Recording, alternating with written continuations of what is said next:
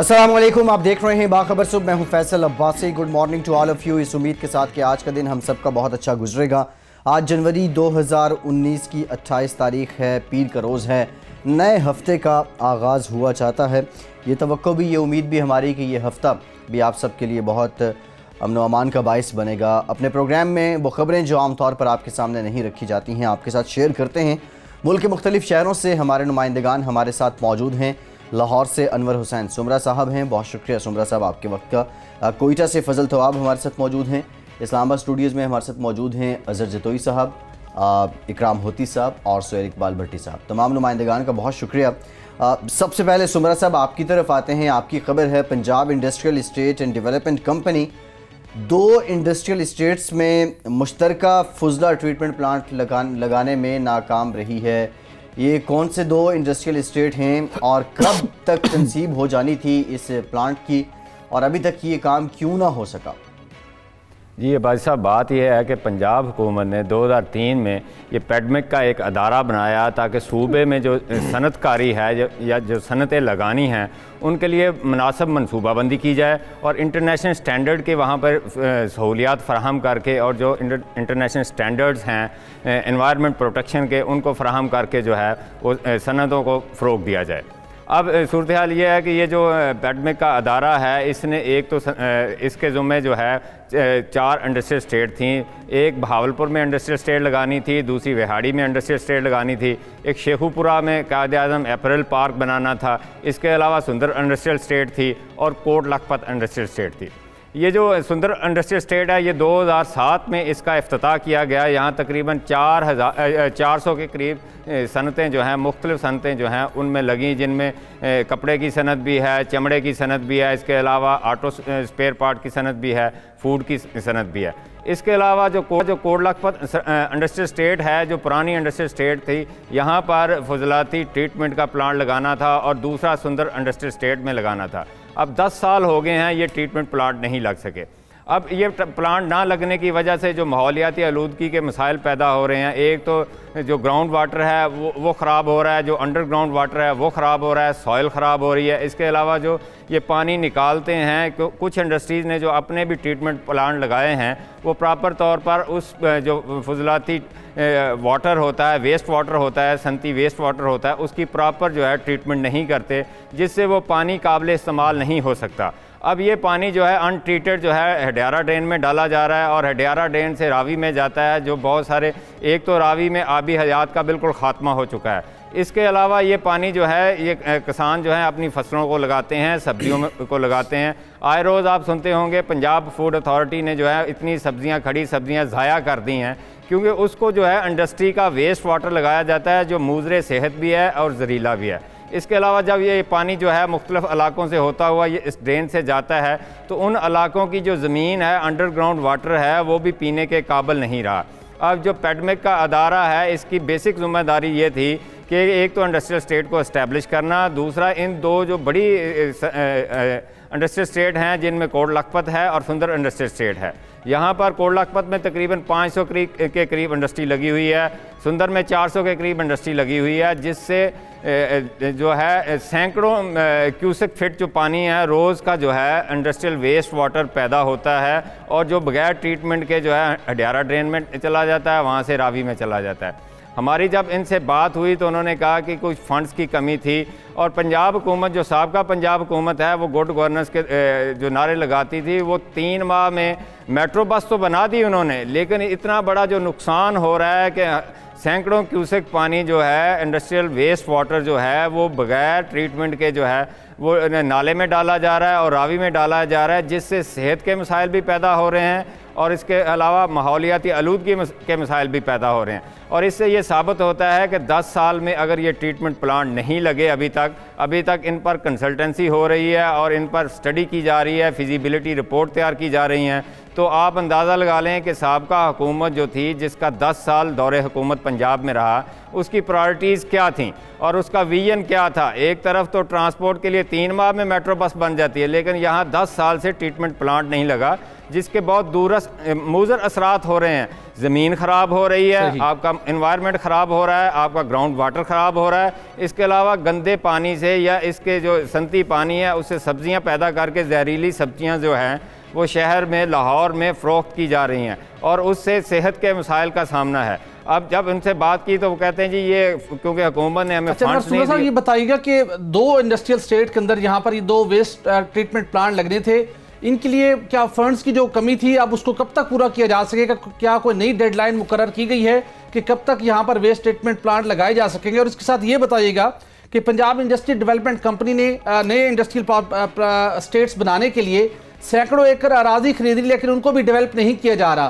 तो इस हवाले से भी क्या कोई नया प्लान मुरतब किया गया है कि कब तक भावलपुर इंडस्ट्रियल स्टेट की बात करें, जो प्लान के मुताबिक दीगर इस्लाम में उन्होंने इंडस्ट्रियल स्टेट्स बनाने थी, वो कब तक उनके ऊपर काम शुरू होगा? जी भट्टी साहब, बात यह है कि जब हमारी पेडमेक के ज़िम्मेदार अफसरान से बात हुई तो उन्होंने कहा कि अभी हम इसकी फिजिबिलिटी रिपोर्ट जो है वो तैयार करवा रहे हैं। कोट लखपत में जो मुश्तरका ट्रीटमेंट प्लांट लगना है उसकी और जो सुंदर में ट्रीटमेंट प्लांट लगना है उसकी, और उनका कहना था कि जब ये फिजिबिलिटी रिपोर्ट आएगी तो हम इसको पब्लिक प्राइवेट पार्टनरशिप में लेके जाएंगे, क्योंकि हुकूमत के पास इतने पैसे नहीं हैं, ये कॉस्टली प्लांट हैं और वो पब्लिक प्राइवेट पार्टनरशिप के बैनर के नीचे लगेंगे और इसके लिए उन्होंने कोई डेडलाइन देने की पोजीशन में नहीं थे। दूसरा, आपने जो बात की, विहाड़ी में 400 एकड़ जो है ज़मीन खरीदी गई है, भावलपुर में 450 एकड़ ज़मीन खरीदी गई है, 1550 एकड़ ज़मीन जो है शेखुपुरा में एप्रल पार्क के लिए खरीदी गई है, लेकिन नाकस मनसूबाबंदी, विजन के फुकदान होने की वजह से और प्रायोरिटी के फुकदान होने की वजह से ये तीनों जगह पे इंडस्ट्रियल स्टेट अभी तक जो है वो बन नहीं पाई, और जिसकी वजह हज़ारों एकड़ जो ज़मीन है, ज़मीन साहब आपने अपडेट किया है। Punjab industrial estate and development company 2 industrial estates मुश्तरका तौर पर इन स्टेट्स में जो फुजला ट्रीटमेंट प्लांट लगना था वो अभी तक ना लग सका।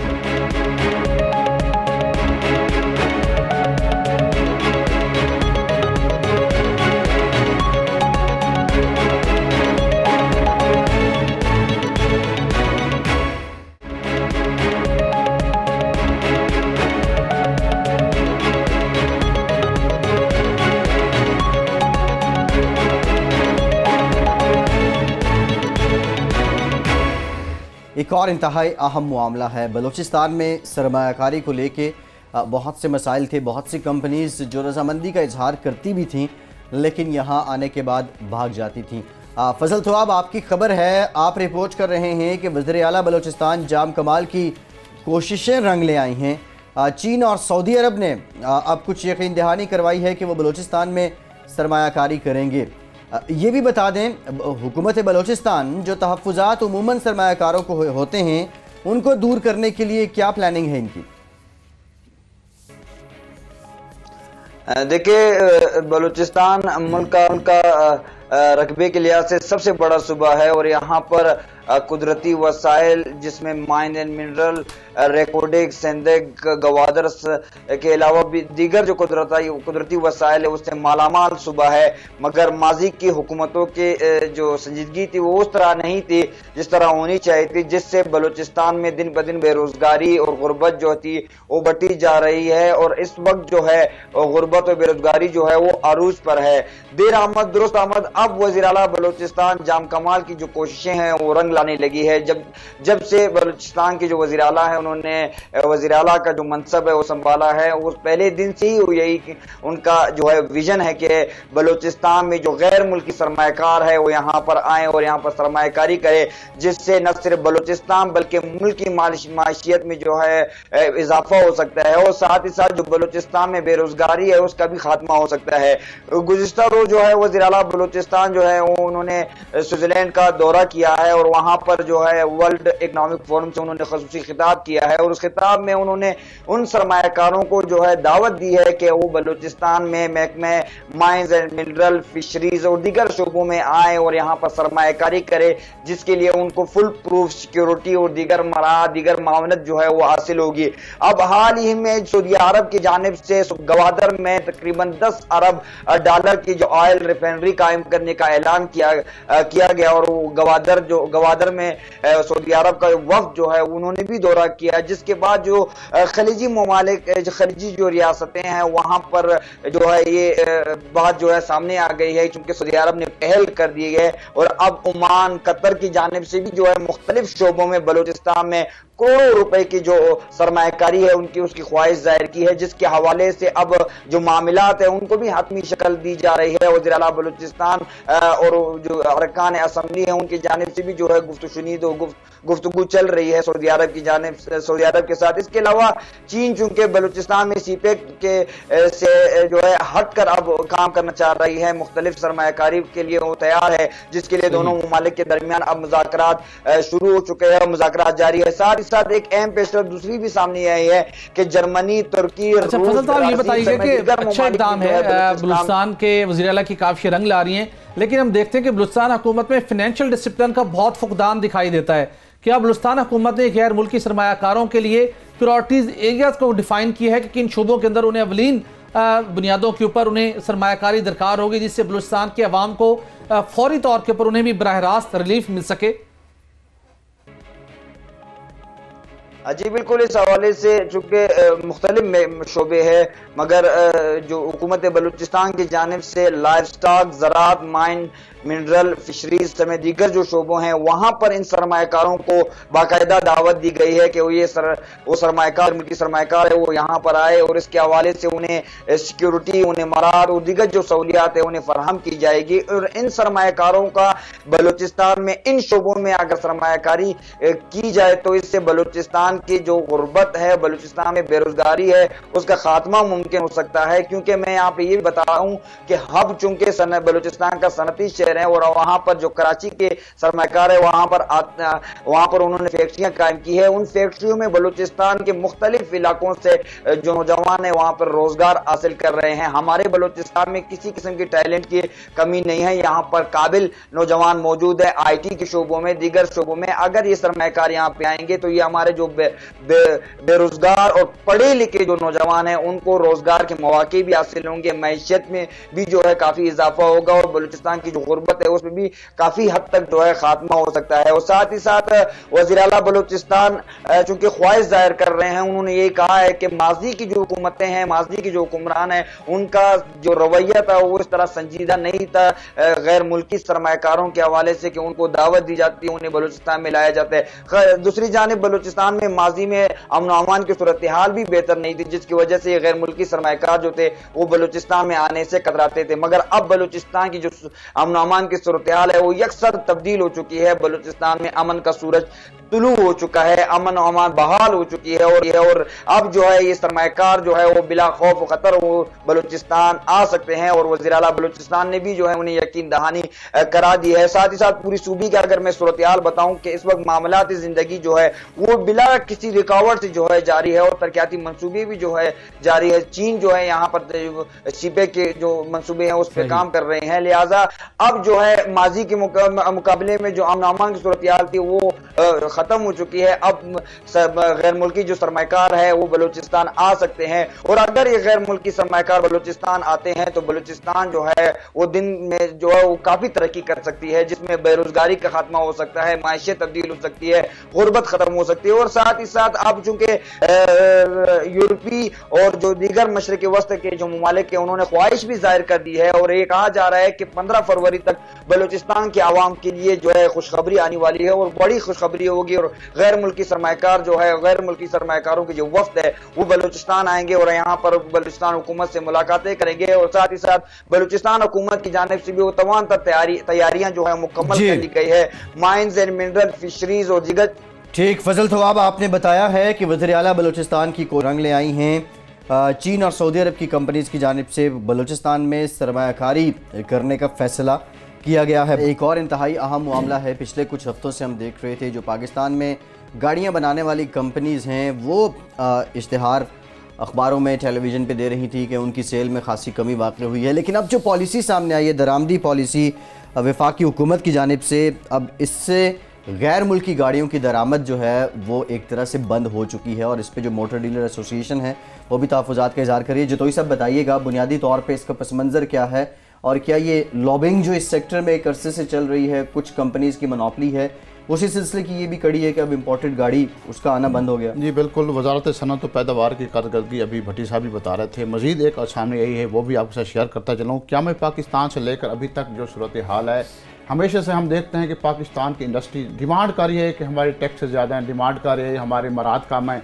इस हुकूमत ने आते ही इनकी जितने भी मुतालबात हैं वो पूरे कर दिए। टैक्सेस में कमी कर दिए, गैस में कमी कर दिए, ज़ीरो रेटिंग कर दी और दीगर जो भी मुतालबात है। इसके साथ साथ आप जो गाड़ियों की जो इंडस्ट्री थी, ऑटो इंडस्ट्री, उनकी तरफ से जो डिमांड की गई थी, उस हवाले से 15 जनवरी को एक SRO जारी किया गया जिसके अंदर दरामदी पॉलिसी दी गई है।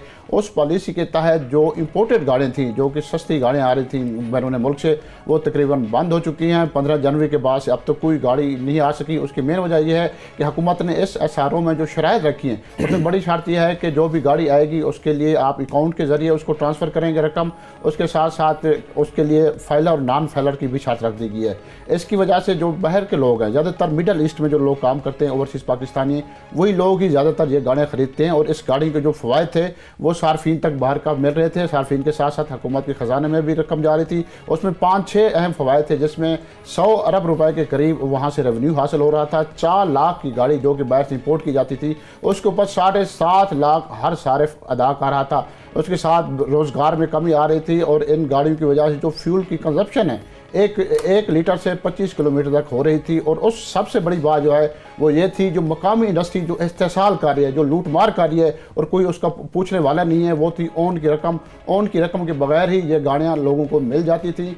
और इन्होंने देखा कि जब इस वक्त मुल्क के अंदर ओन की रकम दूसरी तरफ हमें नहीं मिल रही, तकरीबन 70,000 गाड़ियाँ जो कि बाहर से इंपोर्ट हो रही है, तो उन्होंने ये भी डिमांड रख दी ताकि इन गाड़ियों का तदारक हो सके और ओन के जो रकम है वो भी इनको हासिल किया जा सके। अफसोसनाक सूरत हाल ये है कि अगर आप लोगों को गाड़ियाँ नहीं दे सकते वक्त के ऊपर, तो फिर इन गाड़ियों की इंपोर्ट पर ऐसे पाबंदियाँ भी ना लगाई जा सके। क्योंकि मुल्क के अंदर इस वक्त तकरीबन 10 लाख सालाना गाड़ियों की डिमांड है, जबकि मकामी इंडस्ट्री सिर्फ 2.5 लाख गाड़ियाँ बना रही है और उसमें से भी ज़्यादातर पुर्जे वो बाहर से इंपोर्ट किए जाते हैं। ये वजह है कि पाकिस्तान का इंपोर्ट बिल है वो बढ़ता जा रहा है और जब इस पर पाबंदी लगी है अब इसकी डिमांड में भी इजाफा होगा। और उसके साथ साथ जो सबसे अफसोसनाक सूरत हाल ये है कि जितने भी सार्फिन के हवाले से जो शराइत रखी जाती है, ऑटो पॉलिसी में रखी गई हैं या दीगर रखी गई हैं, उसको हमेशा नज़रअंदाज कर दिया जाता है। चाहे ओन के हवाले से थी, चाहे सेफ्टी मेयर्स के हवाले से थी, चाहे दीगर हवाले से थी। इंडस्ट्री ने हमेशा अपने मफादात के लिए काम किया, उन्होंने अपने मफादात को तरजीह दी और हुकूमत भी अब उनके मफादात को मज़ीद तकमीत पहुँचा रही है और सार्फिन का कोई पुरसाने हाल हमें नज़र नहीं आ रहा। इस हवाले से हम एक जो ओन की रकम के हवाले से जब गुज़िश्ता दिनों जब पोस्ट बजट मिनी बजट के हवाले से कॉन्फ्रेंस हो रही थी गुज़िश्ता हफ्ते, तो वहाँ पर यह सवाल उठाया गया अभी गाड़ियों की जो लूट मार है, जो ओन की रकम है, इस पर कार्रवाई की जाए। वाज़े तौर पर वहाँ मुशीर तिजारत रज़ाक दाऊद ने कहा कि जी वो रकम तो जनाब डीलर्स लेते हैं, इसमें इंडस्ट्री का क्या कसूर है।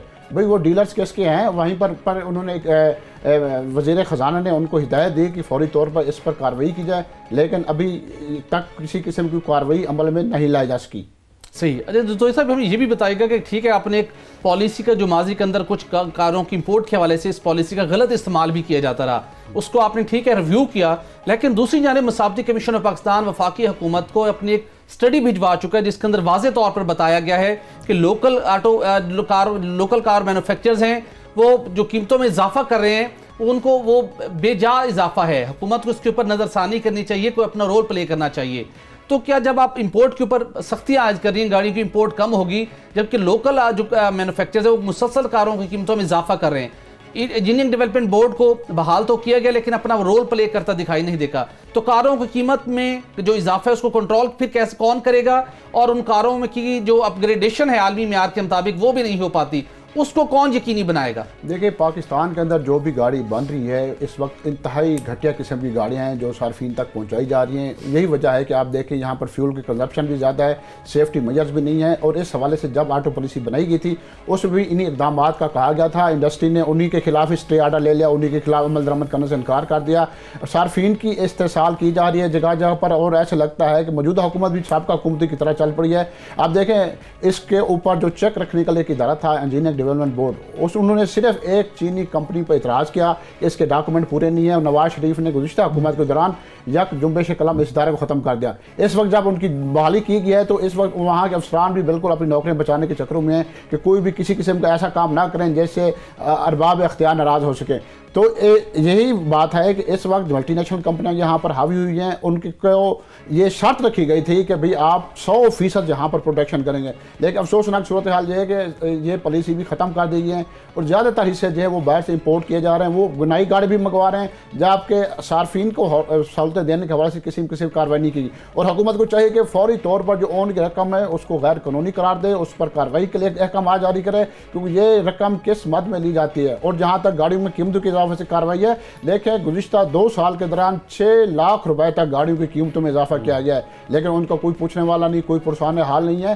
सार्फिन को अगर आवाम को अगर हम लोग जो है ना वो सहूलतें फराम नहीं करेंगे तो फिर पाकिस्तान के अंदर जो आवाम के अंदर बेचैनी है वो मजीद उसमें इजाफा होगा और इंडस्ट्रियलिस्ट इसी तरह अमीर से अमीर तर होता रहेगा और गरीब से तर होता रहेगा। ठीक, जतोई साहब आपने बहुत डिटेल में बताया है, लेकिन अभी भट्टी साहब ने गाड़ियों के मयार की बात की है। नो कंपैरिजन जो इंपोर्टेड गाड़ियाँ पाकिस्तान में आ रही हैं और जो पाकिस्तान में असेंबल्ड हो रही हैं, बहुत ज़्यादा क्वालिटी का फ़र्क है। एक ब्रेक लेते हैं, ब्रेक के बाद दीगर मामलात पे बात करते हैं। हमारे साथ रहिए।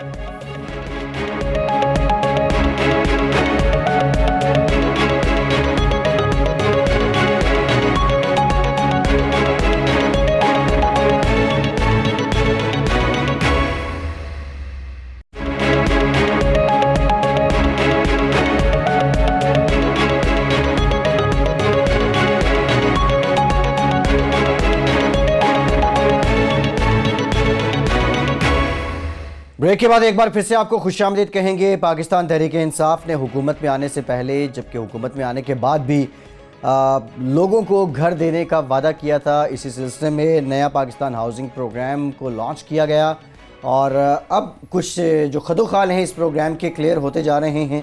भट्टी साहब माफ़ कीजिएगा, इससे पहले हमने देखा कि जब जब रजिस्ट्रेशन के अमल का आगाज़ भी हुआ तब भी लोगों में एक कन्फ्यूजन थी कि घर कहाँ पे होंगे, कैसे होंगे, कीमत कितनी होगी, रकबा कितना होगा। अब कुछ चीज़ें क्लियर हो रही हैं। लेटेस्ट डेवलपमेंट इसको लेके क्या है, लाहे अमल क्या तय किया है, प्लानिंग क्या है, और इसके साथ साथ ये भी बता दें कि इनकी तकमील के लिए भी कोई डेडलाइन दी गई है, कब तक ये घर मुकम्मल हो जाएंगे? फैसल, देखिए, पाकिस्तान तहरीक इंसाफ की हुकूमत ने वैसे तो बड़े पैमाने के ऊपर मुल्क में इस्लाहात मुतारिफ करवाने का ऐलान कर रखा है। उसके साथ साथ जो इस हुकूमत का सबसे बड़ा मनसूबा जो हम तस्वर कर सकते हैं आने वाले दिनों के अंदर, वो हाउसिंग का शोबा है, जिसके अंदर पाकिस्तान तहरीक इंसाफ की जानिब से 50 लाख नए घर बनाने का ऐलान किया गया।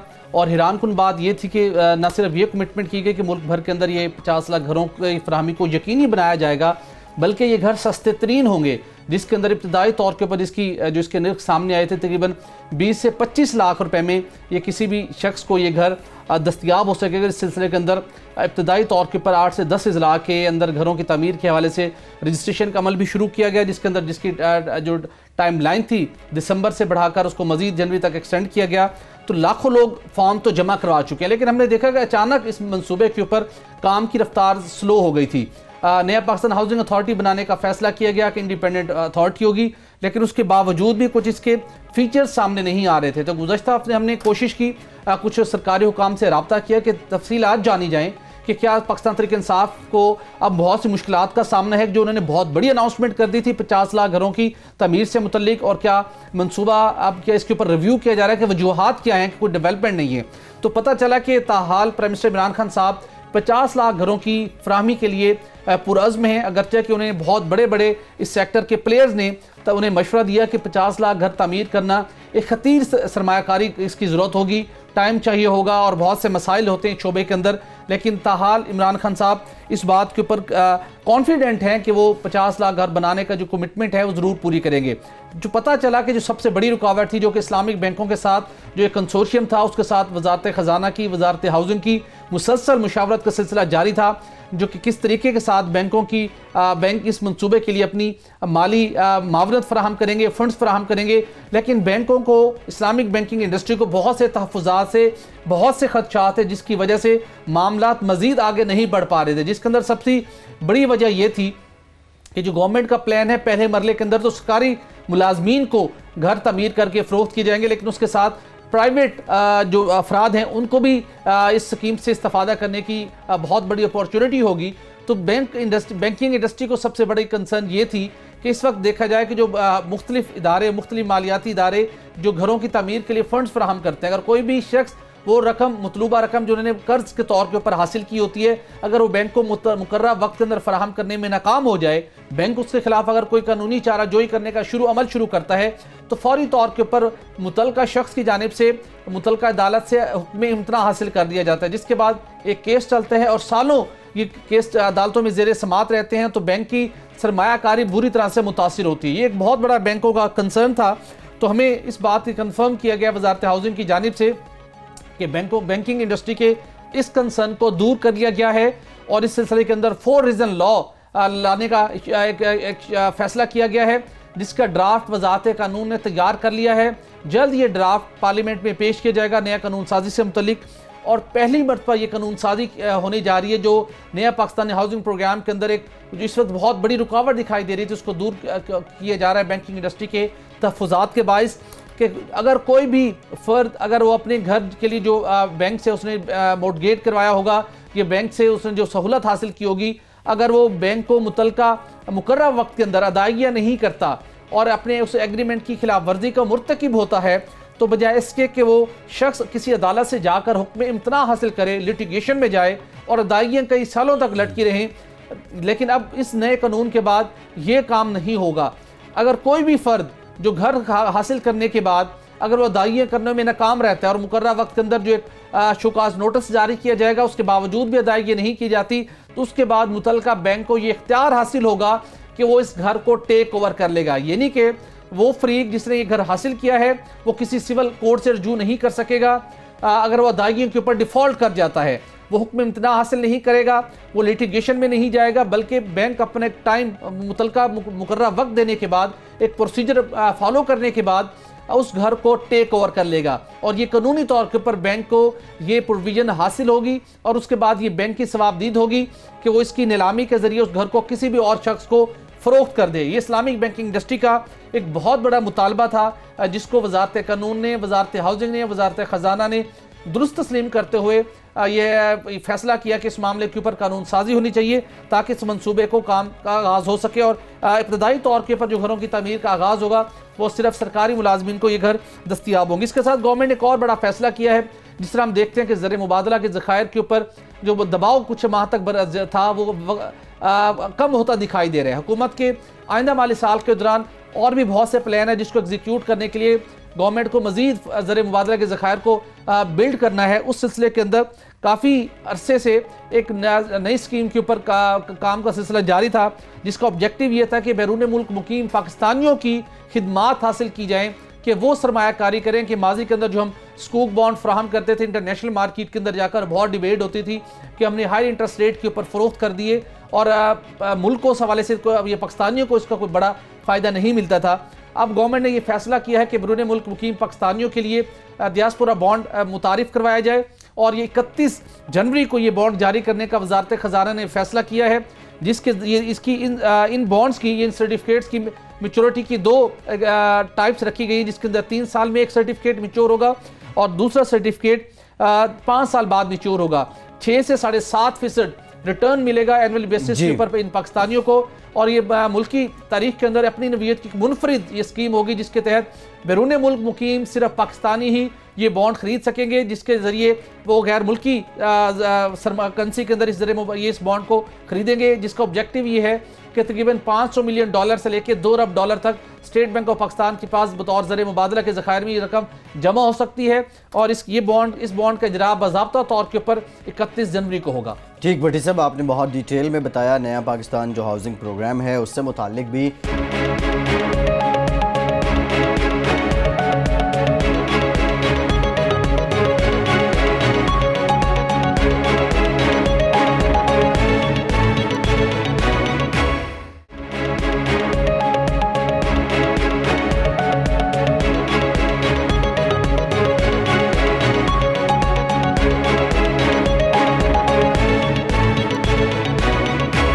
भट्टी साहब, आपकी तरफ आते हैं। Oil and gas regulatory authority OGRA, जिसका बुनियादी मकसद सारिफिन के हुकूक का तहफ़्फ़ुज़ है, हम देख रहे हैं कि पेट्रोल पंप्स पे गैर मयारी पेट्रोल मिल रहा है, कम मकदार में मिल रहा है और बहुत से मामलात हैं। कंज्यूमर राइट्स की प्रोटेक्शन हमारे यहाँ उस तरह का कल्चर भी नहीं है। लेकिन ये ओगरा बुनियादी तौर पर आजकल किन एक्टिविटीज़ में है और जो इसका असल काम है वो कितना निभा रहा है? फैसल, देखिए, पहले भी अपने प्रोग्राम्स हमने ये मामला टेकअप किया कि मुल्क भर के अंदर पेट्रोलियम मसनूआत के सार्फिन से पेट्रोल पंप के मालकान इजाफी कीमत वसूल करते हैं। अगर आप बड़े शहरों के 5-6 बड़े शहरों से अगर उनकी सिटी एरिया से बाहर जाएं तो कोई भी ऐसा फ्यूल स्टेशन नहीं होगा जो कि सार्फिन से ओगरा के मुकर्रर करदा जो बेंचमार्क के मुताबिक पेट्रोलियम मसनूआत की जो पेट्रोल और हाई स्पीड डीजल की कीमत है वो वसूल कर रहा हो। हुकूमत की जानिब से पेट्रोलियम डीलर्स को ऑयल मार्केटिंग कंपनीज के मार्जिन में इजाफा किया गया, लेकिन उसके बावजूद सैकड़ों पेट्रोलियम डीलर्स अपने मुनाफे में ज़्यादा मुनाफा कमाने के लिए वो पेट्रोल और हाई स्पीड डीजल की कम अज़ कम 1 से 2 रुपये फ़ी लीटर इजाफी कीमत वसूली करने में मसरूफ़ हैं। लेकिन ओगरा की जानिब से इस हवाले से कभी भी कोई बड़े पैमाने के ऊपर कार्रवाई दिखाई नहीं देती। जब कभी कोई मामला मीडिया में आए तो कुछ टीमें ब्लू एरिया से रवाना की जाती हैं, वो 2-4 रोज़ कार्रवाई करती हैं और एक प्रेस रिलीज जारी करने के बाद दोबारा काम ठप हो जाता है। कहा जाता है कि हमने जो मुतल्लिका ऑयल मार्केटिंग कंपनी को जो कि ओगरा की लाइसेंसी है उसको शोकाज नोटिस जारी कर दिया है, उसके खिलाफ कार्रवाई होगी और फिर उस शोकाज नोटिस के ऊपर 1 से 2 साल तक ओगरा में कार्रवाई चलती रहती है। और जिन्होंने खिलाफे ज़ाब्ता खिलाफ कानून अवाम से इजाफी वसूलियाँ की होती हैं वो उस पैसे की वसूली का मजीद सिलसिला भी इस अरसे के दौरान जारी रखते हैं। दूसरा सबसे बड़ा मामला है कि मुख्तलिफ पेट्रोल स्टेशन के ऊपर गैर मियारी पेट्रोल और हाई स्पीड डीजल की फ़रोख्त होती है, उस क्वालिटी को चेक करना। और उसके साथ तीसरा बड़ा इशू कि क्या पेट्रोलियम मसनूआत के सार्फिन को पेट्रोल और हाई स्पीड डीजल जो पैमाना है पर लीटर का, क्या वो उस पैमाने के अंदर भी कमी की जाती है, यानी कि ज़्यादा कीमत वसूल करने के बावजूद कम मिकदार में पेट्रोल और हाई स्पीड डीजल आवाम को फ़रोख्त किया जाता है, उसको चेक करना भी ओगरा की बुनियादी जिम्मेदारी है। लेकिन ओगरा के ऑर्डिनेंस के मुताबिक लेकिन हम देखते हैं कि इन तीनों मसाइल की जानिब ओगरा की कोई बड़ी तवज्जो इसकी जानिब मबजूल होती दिखाई नहीं देती। पहले भी ओगरा ने 2 माह कब जब प्राइम मिनिस्टर इमरान खान साहब ने अनाउंसमेंट की कि फ्यूल स्टेशन के ऊपर सफाई का बेहतरीन निज़ाम होना चाहिए, तो बजाय इसके कि पेट्रोल पंप्स के ऊपर सफाई के इंतजाम को, पेट्रोल पंप्स और वाक़ वाशरूम की सफाई को यकीनी बनाने के इंतजाम, उसकी मॉनिटरिंग इंस्पेक्शन मुतज़िली इंतजामिया के हवाले की जाती, उनकी जिम्मेदारी आयद की जाती कि वो इस मामले के ऊपर भी कड़ी नज़र रखें और जहाँ पर सफाई का इंतजाम बेहतर ना हो उस पेट्रोल पंप के मालकान को जुर्माना आयद किया जाए। लेकिन हैरान कुन तौर के ऊपर ओगरा एक मुनज़्ज़म तरीके के साथ मुल्क भर के अंदर ओगरा की टीमें मुख्तलिफ पेट्रोल पंप्स का दौरा कर रही हैं। वो पेट्रोल पंप पर जब दौरा करती हैं वहाँ पर इजाफी कीमत को चेक नहीं किया जाता, वहाँ पेट्रोल और हाई स्पीड डीजल के म्यार को चेक नहीं किया जाता, वहाँ पर हाई स्पीड डीजल और पेट्रोल के पैमाने को चेक नहीं किया जा रहा, बल्कि ओगरा की ये टीमें अपने ऑर्डिनेंस के मैंडेट के बरक्स पेट्रोल पंप वाक़या वाशरूम की जाके सफाई को चेक कर रही हैं कि क्या पेट्रोल पंप पर तामीर वाशरूम्स साफ हैं या नहीं। ये पहली मरतबा ऐसा हिस्ट्री में देखने का हमें मौका मिल रहा है कि ओगरा चेयरपर्सन ओगरा उस्मा आदिल खान साहबा की हिदायत के ऊपर पेट्रोल पंप के ऊपर जाकर वाशरूमों की चेकिंग की जा रही है। और हैरान कुन तौर के ऊपर ये मामला सिर्फ चेकिंग तक महदूद नहीं रहा फैसल, बल्कि ओगरा की ये टीमें जो गुज़श्ता काफ़ी अर्से बाद ब्लू एरिया से रवाना हुई, जो वहाँ पर अपने हेड ऑफिस से जाकर उन्होंने मुख्तलिफ शहरों में इन स्टेशन का दौरा किया और तर्जमान ओगरा के मुताबिक शेल पाकिस्तान के 7 पेट्रोल पंप्स को जुर्माना किया गया इस बुनियाद के ऊपर कि उनका वहाँ पर पेट्रोल पंप का जो वाशरूम था वो साफ नहीं था। अटक पेट्रोलियम के 2 पेट्रोल पंप्स को जुर्माना आयद किया गया, बाइको पेट्रोलियम के 3 पेट्रोल पंप्स को जुर्माना किया गया। टोटल पार्को के 8, पाकिस्तान स्टेट ऑयल के 10 पेट्रोल पंप्स को, ऑस्कर ऑयल लिमिटेड के 2, हेस्कोल पेट्रोलियम के 2 पेट्रोल पंप्स को जुर्माना किया गया और मजमूई तौर के ऊपर 37 पेट्रोल पंप्स को वाशरूमों की सफाई यकीनी न बनाने के ऊपर 18,50,000 रुपए का जुर्माना आयद किया गया। ठीक है, आपने जुर्माना आयद किया, सफाई यकीनी तौर पर होनी चाहिए, लेकिन ओगरा के ऑर्डिनेंस के मुताबिक ओगरा जो मैंडेट है कि वो सार्फिन के हकूक का तहफ़्फ़ुज़, कि उन्हें इजाफी कीमत उनसे कोई वसूल ना करे, उन्हें म्यारी पेट्रोलियम मसनूआत की फराहमी यकीनी बनाई जाए, उन्हें मिकदार जो पर लीटर मिकदार है उस पैमाने के मुताबिक पूरी पेट्रोल और हाई स्पीड डीजल की मिकदार मिलनी चाहिए। इस जानिब ओगरा की कोई तवज्जो हमें दिखाई नहीं देती, हैरान कुन तौर के ऊपर। लेकिन वाशरूम्स के हवाले से, उनकी सफाई को यकीनी बनाने के हवाले से ओगरा की टीमें हमें बहुत ज़्यादा मुतहरिक दिखाई देती हैं। ठीक, वो भट्टी साहब, प्राइम मिनिस्टर साहब ने एक बार अपनी स्पीच में इससे मुतालिक बात की थी, उसके बाद ओगरा जो है अपना असल काम छोड़ के इस मामले पे बहुत ज़्यादा कान धरे उसने, और अब तक वो वाशरूम चेक कर रहे हैं। अब होती साहब, आपकी तरफ आते हैं। हम बारहा सुनते रहे, सभी सियासी जमातें ये बात करती हैं, पाकिस्तान कुदरती वसाइल से माला माल मुल्क है। बिलखुसूस इमरान खान साहब तो बहुत इसका जिक्र करते हैं, लेकिन मिनरल पॉलिसी मौजूदा हुकूमत की क्या है? और इससे पहले KPK में PTI की गवर्नमेंट 5 साल रही, उस सूबे में मिनरल पॉलिसी क्या है? जी, आपने कहा कि पाकिस्तान कुदरती वसाइल से मालामाल है, लेकिन खैबर पख्तूनख्वा के बारे में अब जाकर हमें पूरी तसल्ली से ये कह रहा हूँ कि वो सूबा अब मसाइल से मालामाल है।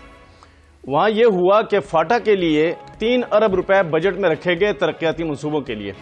हमने मालूम किया कि वहाँ पे मादनियात के लिए कितने पैसे रखे गए हैं, क्योंकि अब फाटा जो खैबर पख्तूनख्वा है वो पाकिस्तान में मादनियात में नंबर 1 हो चुका है, बलूचिस्तान दूसरे नंबर पे चला गया है। हमने कहा कि भाई इसके लिए तो काफ़ी पैसे रखे हुए होंगे, क्योंकि वहाँ तो बहुत ज़्यादा अब ये शुरू हो जाना चाहिए। अभी फजल तवाब भी बता रहे थे कि बलूचिस्तान के जो चीफ मिनिस्टर हैं जाम कमाल साहब, उन्होंने सारी दुनिया के सरमायाकारों को कहा है कि यहाँ आकर मादनियात और कारखानों में इन्वेस्ट करें। हमने सोचा कि भाई ये खैबर पख्तूनख्वा के जो लोग हैं, ये भी तो मिनिस्टर वगैरह, चीफ मिनिस्टर सारी दुनिया को बुला रहे होंगे कि भाई आप यहाँ पे आके इन्वेस्ट करें, और उसके लिए खुद इन्वेस्टमेंट करना जरूरी है। तो 22 करोड़ रुपए का जो बजट है वो मादनियात के लिए रखा गया था, 3 अरब रुपए में से फाटा के लिए, और उसमें एक भी मंसूबे को पैसे रिलीज नहीं किए गए। इवन ये मेंशन ही नहीं किया गया कि भाई ये इस मंसूबे को इतने पैसे मिलेंगे, इसको इतने पैसे मिलेंगे, बिल्कुल क्रॉस पैसे कोई नहीं मिलेंगे। ये क्यों है? मादनियात में सूबा जो नंबर 1 है पाकिस्तान का, उसको पैसे क्यों नहीं मिलेंगे? ये मालूम करने के लिए जब हमने वहां के लोगों को, जो मुतल्लिका लोग हैं मादनियात से और जो वजारत है, वहां से मालूम किया, तो पता चला कि ये तो बहुत ही खराब कहानी सामने आ रही है। वहां पे एक पत्थर है जिसको जेड कहते हैं। ये ऐसा पत्थर है कि मसलन ये मकान उस पे लगाते हैं खूबसूरती के लिए दीवारों पर। ये पत्थर अगर 5 करोड़ का घर बने और ये पत्थर उस पे लगा दिया जाए तो वह घर 15 करोड़ का हो जाता है। इसकी कीमत इतनी ज्यादा है, सारी दुनिया में इसकी डिमांड है। लेकिन वहां क्या हो रहा है, यह पत्थर बजाय इसके कि इसकी कानों को डेवलप किया जाए, ये चोरी हो रहा है। नौशेरा और चारसद्दा के इलाकों में इसके बहुत बड़े बड़े स्टोर बन रहे हैं जहां चोरी का माल ले जाया जा रहा है। किसी को ठेका नहीं दिया गया, लीज नहीं दी गई, लाइसेंस नहीं दिया गया, लेकिन ये माल वहां से निकाला जा रहा है। ये बाजौड़ और ममन के इलाके में इसकी कानें हैं। जब हमने मालूम किया कि ऐसा क्यों हो रहा है, तो पता चला कि जो सूबे की वजारत है और सेक्रेटरी है वो सब आराम से बैठे हुए हैं, क्योंकि पैसे ही डेवलपमेंट के लिए इशू नहीं किए गए। वो आराम से बैठे हैं और खौफ में बैठे हैं कि भाई पहले वजीरों और बड़े बड़े अफसरों को जेल में डाला गया, तो कहीं हम अब हिलजुल कर लें तो कहीं हमें भी जेल में ना डाल दिया जाए। ये जो इतनी बड़ी खौफ का सूरत हाल है, ये करप्शन की वजह से हुआ। भाई करप्शन को रोक कर आप काम करें, नहीं किया। अब ये जेड का जो पत्थर है, इसकी बैंकेबल स्टडी भी नहीं हुई, लाइसेंस भी नहीं हुआ, लीज भी नहीं हुई, लेकिन माल निकल रहा है और छापे भी नहीं मारे जा रहे उन गोदामों पर जहां पे ये चोरी का माल पहुंच रहा है। वहां पे हमने मालूम किया भाई जो लोग चोरी कर रहे हैं वो कौन है, तो पता चला कि जो छोटे लेवल के ग्रेड 13, 14, 15 के जो मुलाजमीन हैं महकमे के, वो उनके साथ मिले हुए हैं और वो उनको चोरी करवा रहे हैं। इस चोरी के पीछे जो भी अनासिर हैं उनका मालूम है बाकायदा, वजीर को भी मालूम है, सेक्रेटरी को भी मालूम है, प्लानिंग एंड डेवलपमेंट वालों को भी मालूम है, क्योंकि हमने पूरी जब खोज लगाई तो सबको मालूम है कि ये क्या कारोबार हो रहा है। अगर ये सूबा जेड को सिर्फ बरामद करे, पाकिस्तान से बाहर ले जाए, 3 अरब डॉलर ये कमा सकता है। 3 अरब डॉलर सिर्फ एक जेड के पत्थर से खैबर पख्तूनख्वा को मिल सकता है, लेकिन वहां पे ये काम नहीं किया जा रहा। जब तक कहते हैं कि शफाफ पॉलिसी ना आए, उनको वहां के अफसरान कहते हैं कि जब तक शफाफ पॉलिसी ना आए तो तब तक हम काम शुरू नहीं कर सकते। शफाफ पॉलिसी कौन लाएगा? ये तो सूबे का अब काम हो चुका है। जो मादनियात है ये अब सूबे का महकमा है, इसमें जो मरकज है वो कुछ मुदाखलत नहीं कर सकता। जो तहरीक इंसाफ की हुकूमत है वो तो मरकज में भी है और सूबे में भी है। अब तहरीक इंसाफ की हुकूमत इस पे क्यों नहीं काम कर रही? तो इस बारे में मालूम हुआ कि तहरीक इंसाफ ही के तो लोग पकड़े गए थे, उन पर मुकदमे चले थे और उनकी पार्टी में फूट पड़ गई थी मादनियात पर। ये सूबा खैबर पख्तूनख्वा अब उस पूरी जो होती साहब प्रोग्राम का वक्त खत्म हो गया। बहुत शुक्रिया सुहेल इकबाल भट्टी, अजहर जतोई साहब और दीगर नुमाइंदगान कभी जो हमारे साथ मौजूद थे। फैसल अब्बासी को इजाजत दीजिए।